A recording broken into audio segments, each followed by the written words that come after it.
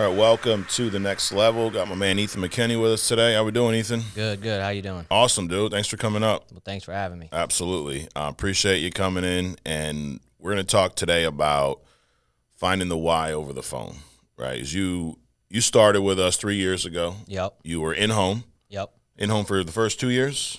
Yeah, or first like a little over or close to 2 years? Yeah, pretty much. Was it the end of your second year where you transitioned? Yep, like from May on, Okay. June on of last year to now. Got you. Last year you were around 240 for the year. Yep.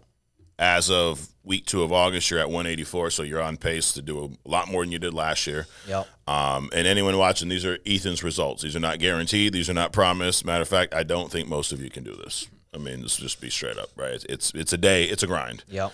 But you figured out the telesales process. Would you say you're better at telesales than you were in the home? I think so, but mostly just because I get more opportunities every day. I think that's the biggest thing is I'm just able to talk to more people on a daily basis, and that's what helps me. Got it. That makes sense. And one of the biggest things, like I never sold telesales. I was always in the home. That's what we did back in our day. But finding the why, the reason why someone filled out the form is probably one of the most important parts of the appointment, especially early on, right? Like if you don't have that, you should not proceed through the appointment because that's why you get the think about it and the, I don't want to do it today, or I'll get back to you, because you didn't really find out why you're there in the first place. You didn't ask the right questions. You didn't probe. You didn't drive that point home. Yep. It's not a, hey, you want to buy my insurance policy, yes or no type. You have to identify that, right? Yep. And that's something that I would assume is a little different on the phone because you can't see people, right? If I'm sitting in front of you, I can tell. If we're making good eye contact, you're not, and you're into it, you're not. You know, if you're sitting down and then your wife's walking around the kitchen, like you got a full picture of what's going on. Yeah. On the phone, all you got is their voice, right? Yep. So walk me through, Ethan, how you effectively find the why on the phone, what questions you're asking, and how do you feel is the right way to do that?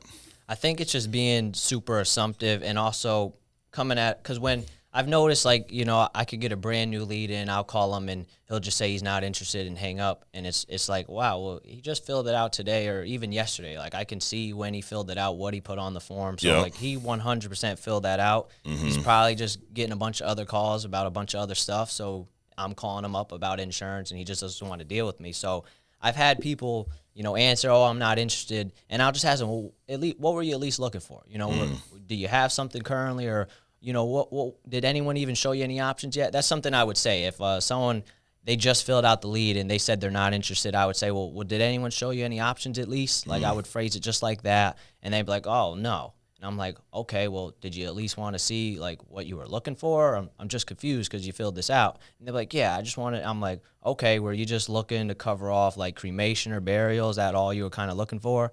So I just try to be super assumptive, ask them questions that I know the answer to, and just come at as an approach like, hey, I'm just trying to help you out because you did fill this out. So like, let me at least show you some options and see if that makes sense. And it's funny because I've had people tell me they're not interested, and then by the end of the call, I'm reading them their policy number and having them write it down. So I just think that's key, just trying to kind of stand out from the other people that are calling them, you know, and just get them to tell you what they were looking for. And I think that's the biggest key. Yeah. I think, you know, an important part of that is the first person that you need to sell is yourself. Yep. Right? Like if you're approaching this with the mentality of, they're not going to remember this. Like you said, assumptive, that's such a big deal. Yeah. Assume the sale. Assume that your client's going to buy a policy from you. Why? Because, first of all, we're a lead-based sale. It's high intent. Where it's if you're cold calling or cold knocking or whatever the hell you want to call it, then I'm with you, dude. I'm your guy. Yeah, they probably aren't going to want it. Yeah. We don't do that. I don't have any magical script for you to knock on someone's door who wasn't interested in life insurance. It's not what we do here. It's not what we've ever done. Everyone you're dealing with has filled something out, has called in, went online. So they something they did indicated they were interested in life insurance. But you got to really sell yourself on that first. Yeah. Do you remember starting early on and getting pushed back? And did you ever kind of question the leads or question, like, you know, these people aren't interested? Did that ever go through your mind? I think I did, but when I first started, I mean, I was only buying the leads that were like $1 or $2 anyway. So I didn't think like everyone was going to buy it. You know, I just figured if I get 100 of them and it cost me $300, I really only got to sell one of these things to be okay to at least, you know, the perspective's huge. Yeah.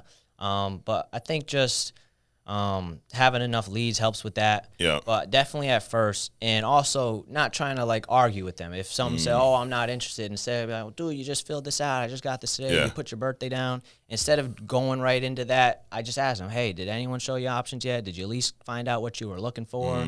And I think that helps a lot because it kind of lets their guard down. Yeah. And they're like, "Yeah, I mean, this is all I was looking for," you know. And I'll just show them kind of what they were looking for, and if they want to do it, great. Right. And I think that works a lot. Yeah, dude, you're never going to win that battle. You fill this out. Like, do you want to be right or do you want to help someone with a policy, right? Exactly. Because you're right. They definitely filled it out. Yep. They definitely forgot. They definitely weren't. But taking that approach will guarantee you one thing.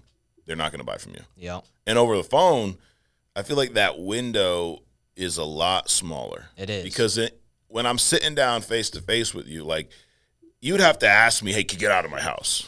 Which happens, slim to none. Yeah. Like, unless you're sitting there arguing with someone. Over the phone, dude, they just can hang up no problem. Yep. How many times that happened? Like, middle, you're just like, nope. Yeah. And I call them back, go right to voicemail, call them a couple times, don't answer. It's really, but getting them on the phone, you just got to try to take as much advantage as you can, like you said, in that small window to just get them to tell you what they were looking for. And the assumptiveness is huge. So, like, because they get upset, right? I didn't fill anything out. Like, dude, you're sitting here looking at it. So, what the hell's the point of arguing? Yep.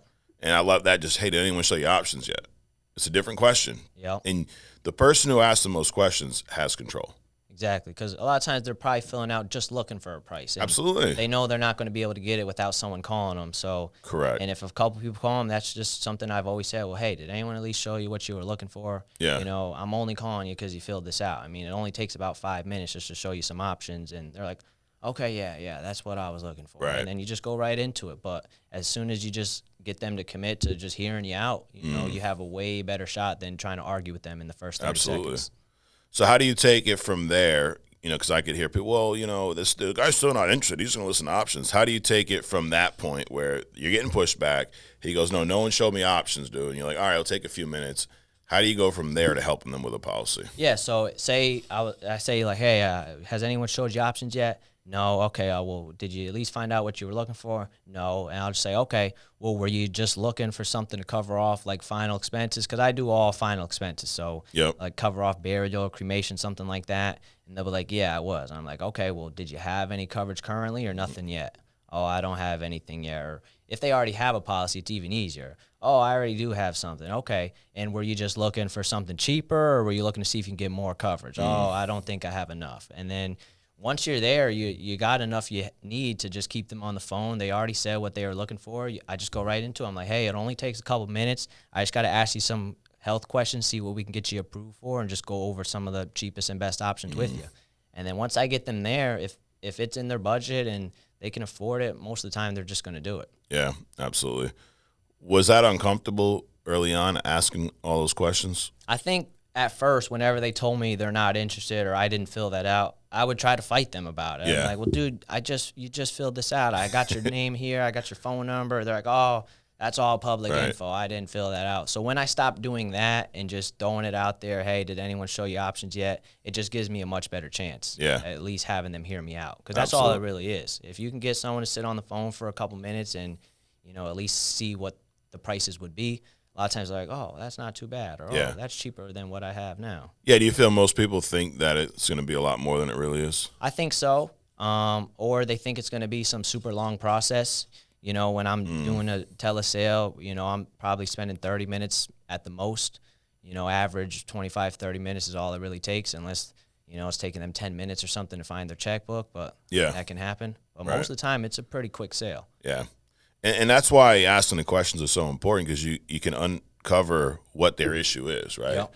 They have something that's, causing them to act. Maybe they're just having a bad day a lot of times, right? How many times have you called someone, they've given you shit, and then you call them back like 2 weeks later, and it's like a whole new person? Yeah, it's crazy, honest. I remember one time that I called someone in the morning, and they were like, oh, I'm busy, I'm not interested. I call them later that day, and it's a whole new person. Yeah. They're ready to hear me out, and I actually end up helping them out. But the first time I called them, you would have thought they would never buy anything. Right.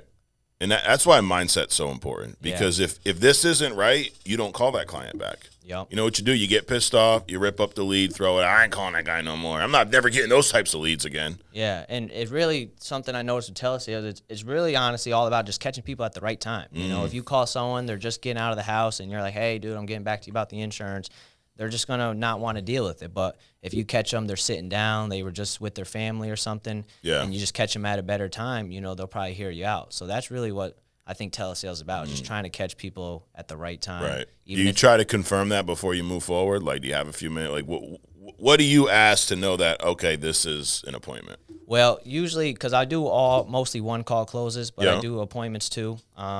Usually they're self-booked. I usually don't try to schedule appointments. Okay. If I hear like a lot of background noise, or if they're in the car or something, even if they tell me they're ready now, I usually tell them, hey, let me just call you back because I'm going to need you to write some stuff down. So I'll ask them like, hey, it takes maybe about 5-10 minutes just to go over some options, like, is now a good time for you?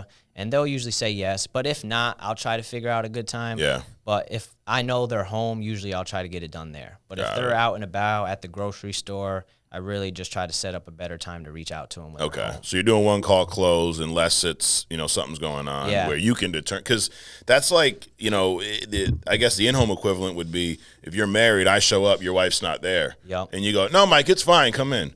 Dude, yeah. Listen, I've been married a long time. I know a lot of married people. No one's making this decision without their spouse. Yeah, it's not happening. And if you do, then it's going to cancel in a few days when the husband or wife finds out about it anyway. So it's kind of like that, like same deal. If they're in the car, they're not going to be paying attention. Yeah. You're not going to be able to get their account information. You're not going to get them to make a decision. And that's the biggest thing. Like, yeah, they might hear me out and commit to it. We might get the first part of the application down, but if they're in the car, they're not going to have that banking info. If they're at the store or anywhere, I already know they're going to tell me, oh, I'll have to go get back home and call you back. So yeah, good luck with that. Yeah. But I've noticed sometimes they do. Like, you know, don't always bank on that, but if you really do a good job and they like the price and they actually want it, like, they will call you back. I've noticed that. I've actually had more luck with that over the phone than I did in home. Really? Like, if I left the house without the banking info, I was never getting that back. But there's been times where they're like, oh, I don't have that with me now, but when I get home, you know, I'll call you back. And I think that's also just a trust thing. If they trust me, I've had people text me their route and an account number, something I never even heard of. I never even thought people would ever do that, and you'd be surprised just by building trust and just coming with the approach that you're just trying to help them out. Yeah. No, I mean, trust is in home, whatever you're doing, that's a key. Like, we've established that they're interested in life insurance when they fill out that form. Yep. The other part is finding something that meets their needs and their budget, but then they also have to trust you. Exactly. They don't trust you, dude. It could be the perfect price, the perfect product, everything, perfect timing. They don't trust you, they're not buying. Yeah. And that goes back to what, you know, we talking about on your True Talk, where it all falls on you. Yeah. If your client that filled out a form, and this has always helped me from like my perspective on this business of what we do. Think about all the variables. Think about all of the things that had to happen for you to have that appointment. Yeah. Number one, if it's a direct mail, or are you doing mostly direct mail, internet leads? What are you doing? Pretty much all like Facebook campaigns. Facebook ads. So someone, first of all, this ad had to hit their timeline. Yep. They could have scrolled right past it like a lot of people. They clicked on it. They went into the ad. They filled out, there's an online form, right? They put all their information, they put their information there correctly, number one. Yep. They gave you a phone number to call. Then they answered the phone when you called. And then they agreed to meet with you over the phone. Like, all those things happened. Yeah. If you don't protect their family, then that's on you. Exactly. Because they did all that, and then we introduced you into the picture, and now they don't want life insurance anymore. Well, what changed? Yeah. You know, and if you can really, and I think this is why, like, not to get all, you know, we should only hire young people. I'd prefer someone with no experience in sales. Forget about the age. Someone with no sales experience versus someone who's been in sales for 10, 15, 20 years. Mm-hmm. Because the guy who's been in sales 10, 15, 20 years and is now coming here, they failed a lot in sales. Now, they'll tell you they're the greatest salesman in the world. I love that. I can sell ice to an Eskimo. Well, we don't deal with many Eskimos, and we're not selling ice. So that's also a weird thing to say. So maybe stop saying that. But we're dealing with people that filled out a form looking for life insurance. We ain't trying to sell ice to Eskimos. Exactly. We're just trying to help people that want life insurance. And I think at first when I heard stuff like, oh, I'm not interested, I never filled that out, I was actually, wow, maybe they didn't. Maybe these leads aren't good. Oh, so you used to believe it. But when I realized that they all had the same excuse, they all had Right. family emergencies, they all don't have Facebook, I'm like, okay, that's just a simple objection that is not true at all. Right. They're just saying that because they're saying that to everybody. So Correct. if I just get them to, change the course of that call, try to bring it back somewhere else, you're going to find out that they did fill that out. Oh, yeah. There's no way they didn't. We're taught, like, from almost at birth to be anti-sales, to not get sold. Yep. Do you go into a store shopping? You want to buy a T-shirt or something? You know what you're going to buy. Dude, if the sales rep asked you, can I help you with anything? What do you say? Oh, I'm just looking. Right. You ain't just looking, bro. You went to go buy Yeah. a certain shirt, and we all do it. So I'm not – if you would have told this, hey, I'm looking for a gray shirt, I'm size medium, I'm you would have been in and out the store a lot quicker. It's funny. Sometimes I don't like going into stores because I know that's Right. someone's going to come approach me, and I just want to avoid that. So Yep. if you just have that same perspective to these guys, like, hey, they're looking for this information, Right. but they just don't want to be sold. So you just try to take a different Yep. approach and just try to help them. Yep. A lot of times they respond better that way. Absolutely. I mean, to all my friends in the car business, like these guys, they're not on the lot because they're bored, right? Like, you know what, dude, it's Saturday. I got nothing to do. I figured I'd just go walk around a car lot and see Yeah. what's there. Not I'm interested in buying a car. Well, what the fuck are you doing at the car lot then? Yeah. It's like, what are you doing online looking into life insurance if you're not interested in life insurance? Very weird thing to just be researching for no reason. Yep. But it's this. Now they're going to say otherwise. Let me let you in on a little secret. People aren't always truthful. Yeah. People are defensive. People are afraid to be sold, Definitely. right? You're calling them, and at the moment it probably feels like you're calling them out the blue because these guys don't. Most people don't remember what they had for breakfast, let alone do they fill out a form. So do they go, I don't remember? It's a very normal thing to say. Now I don't remember filling it out. You're probably right. You don't remember filling it out, but you did. And then when you ask those questions, like, were you concerned if something were to happen, were you to pass away? What you're trying to do is trigger that, like ring that bell that brings them back to why they feel that. Because there's a reason why. Exactly. I mean, I've never met a client that filled out the form and had no reason to fill it out. Yeah, no. No, I just filled it out because they kept saying, now they would say this stuff. They just kept sending them to me, so I filled it out. That doesn't make sense. If you're not interested, I don't care how many times you send me something. Yeah. I get telemarketers call me all the time, Ethan. I know their numbers now. I just block it. I'm not going to answer now because they've called me so many times. What else? Anything else from, on the phone where you've or let's shift to gaining their trust. Yep. Are you sending them your license right off the bat? Like, what do you do to establish trust with your clients? Usually, if we're about to go into an application, I'll tell them, like, hey, is this a good phone number to text you? One, for the text codes and text signatures, but two, also, I'm like, hey, well, I'm going to send over to you a picture of my, Florida state license, so you know I'm a real person. I'm going to send you a picture of the top 15 carriers we work with, and then a picture of a card of mine, just so you have all my information with you. And they're usually like, okay. And then I'll make sure they see it. But sometimes I think if you're just, a lot of times you can just sound trustworthy. I've had people like, oh, I don't need it, I trust you. And it's like, wow, okay. Like sometimes it's a lot easier than you'd expect. Right. And people they just were, what's it called?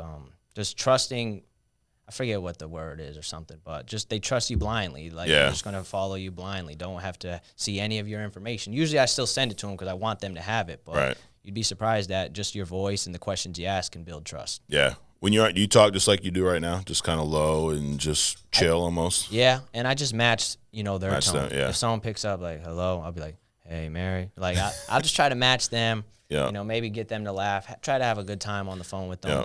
And I think that really helps. I think a lot of it too, dude, is your mentality. Like you've said this, as long as I have enough leads, the numbers will work themselves out. Yeah. I'm going to call enough people.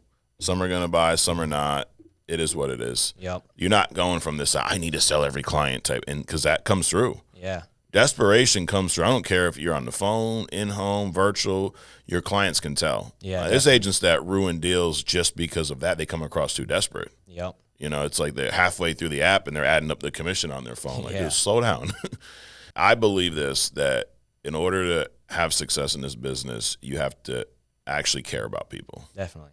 Now, would you say you had that concern for people prior to this? Is that something you learned about yourself, selling life insurance? Like, where does that come from for you? I think I've always liked helping people, but definitely doing this, it is rewarding because, you know, I've had times where I know I'm selling a big policy. I know, you know, the payout's going to be big, but they're the one thanking me at the end of the day. Right. They're super appreciative, and I'm the one that's getting paid for it. So it's just like, it really brings me back to, you know, that we are helping people, and a lot of times they are super appreciative when you help them out. They're like, oh, you know, I had other people call me and, you know, this and that, but you really helped me. You really explained it and made it easy for me. And that's what I like, because that's really what my goal is. You know, they are looking for insurance, you know, so my goal is just try to make it as super simple and easy for them as I can, make sure they understand it, you know. And like I said on the last podcast, is I'm really focusing on this year on trying to keep policies on the books. You know, say they miss a payment. Sometimes it's hard, you know. If they only get paid on the 3rd of the month and they miss one payment,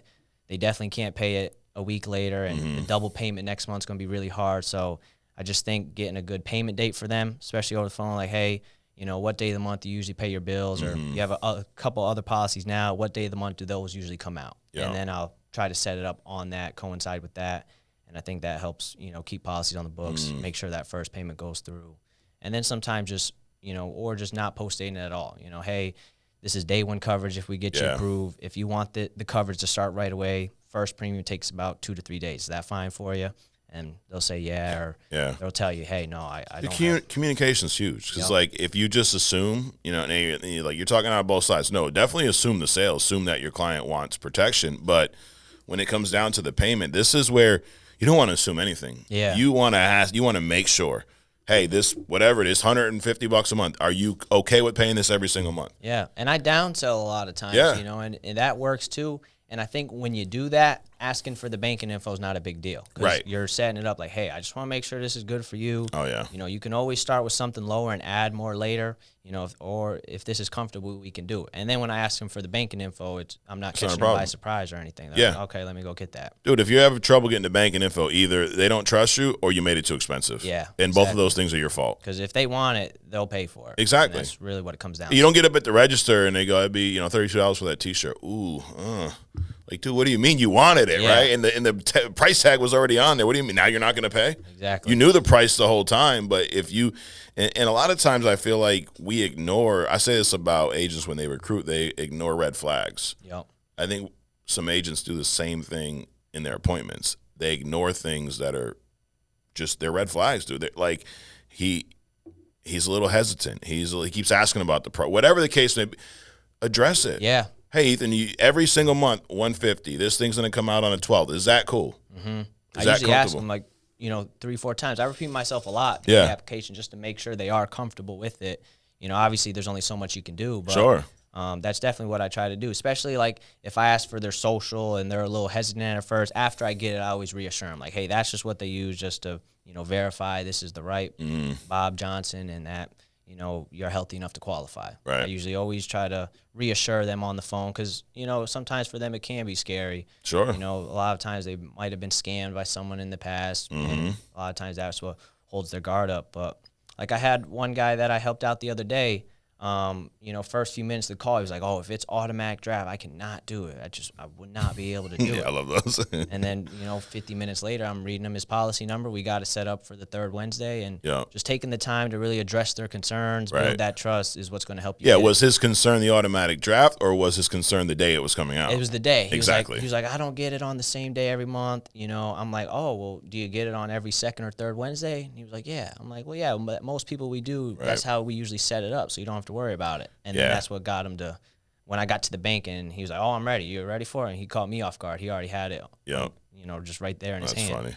Well, that I think, you know, I chalk that up to like getting to the root of the problem, which is kind of what we've been talking about the whole time, right? Like get to the reason why they fill out the form. If you're getting any pushback, instead of like, I hate this question. How do you overcome this objection? That's the wrong question. We're not trying to overcome it. We're trying to eliminate it. So that's an objection, right? I don't do automatic draft. You could why don't you do automatic draft? You know, that's how everything's set up now. That's how everyone does. And what's going to happen? They're just going to hang up. That's it. So instead of doing that, and you're right, you're 100% right. That's how all the carriers do it. That's how everyone else would. You can be right and not help families if you want. Or you can take the time to get to the root of the problem, because the problem is not the automatic draft.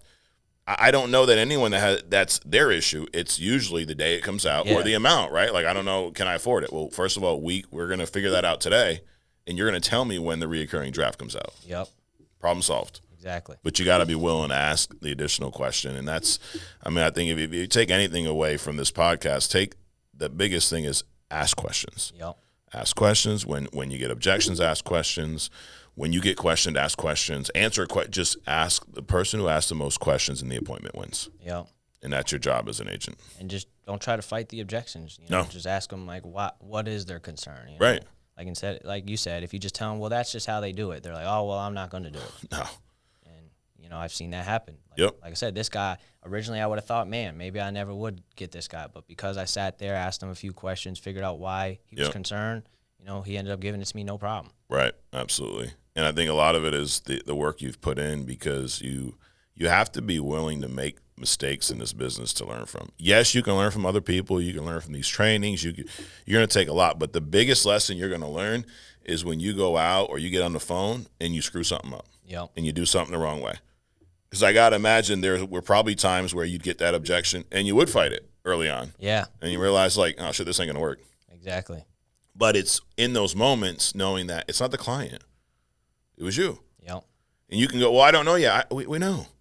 Like, you can't say you can't. You can do whatever the hell you want. But you shouldn't be defensive in this business. It should be how can I get better, and accept the fact that if you're brand new, or you've never done this before, you're going to have that learning curve, and there's going to be mistakes that you almost need to make to learn how to do this thing properly. Yeah, and that will happen if you don't have a good mindset. If you're dialing while frustrated and they give you you're going to fight them back if you're frustrated. Absolutely. If you just spent money on the lead and they tell you you're not interested and you let that get you, you're going to be like, dude, you filled this out. That's why I'm calling you. But you just come at a different approach. Well, your mind's in the wrong. You're worried about your money you spent on the leads versus the client on the other end that needs your help. Yep.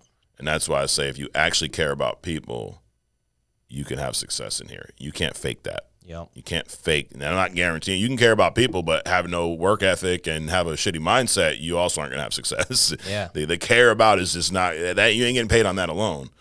But it's it goes back to two things. You said it earlier: attitude, activity. And you control that. No one else does. Yep. You control your work ethic. You control how many calls you're going to make, how many leads you're going to buy, and you control your mindset. It's not easy. I'm not sitting there saying it's the easiest thing. Yeah, definitely. But it's simple, right? You don't need to know. It ain't rocket science, dude. It's a formula that if you can get this right and put in the right amount of effort, you can make what you want to make. Yeah. And that's a skill you have to develop just Absolutely. over time, just by doing it. That's how you develop the positive mindset and stuff. Because I struggle even now sometimes. Everyone does. Dude, everyone does. You can put Steve Giordano. I guarantee he's still like he probably has to catch himself. Like this one person hung out. Hold on, let me kind of level set and get back to it. Like we're human beings. Take a walk or something. Yeah. Find what works for you, dude. Is it take a walk, have a drink of water, go do some push-ups, something. Yeah. But find what works for you. But, dude, I appreciate you coming up doing this. Appreciate everything you're doing. Keep kicking ass. It's been fun to watch.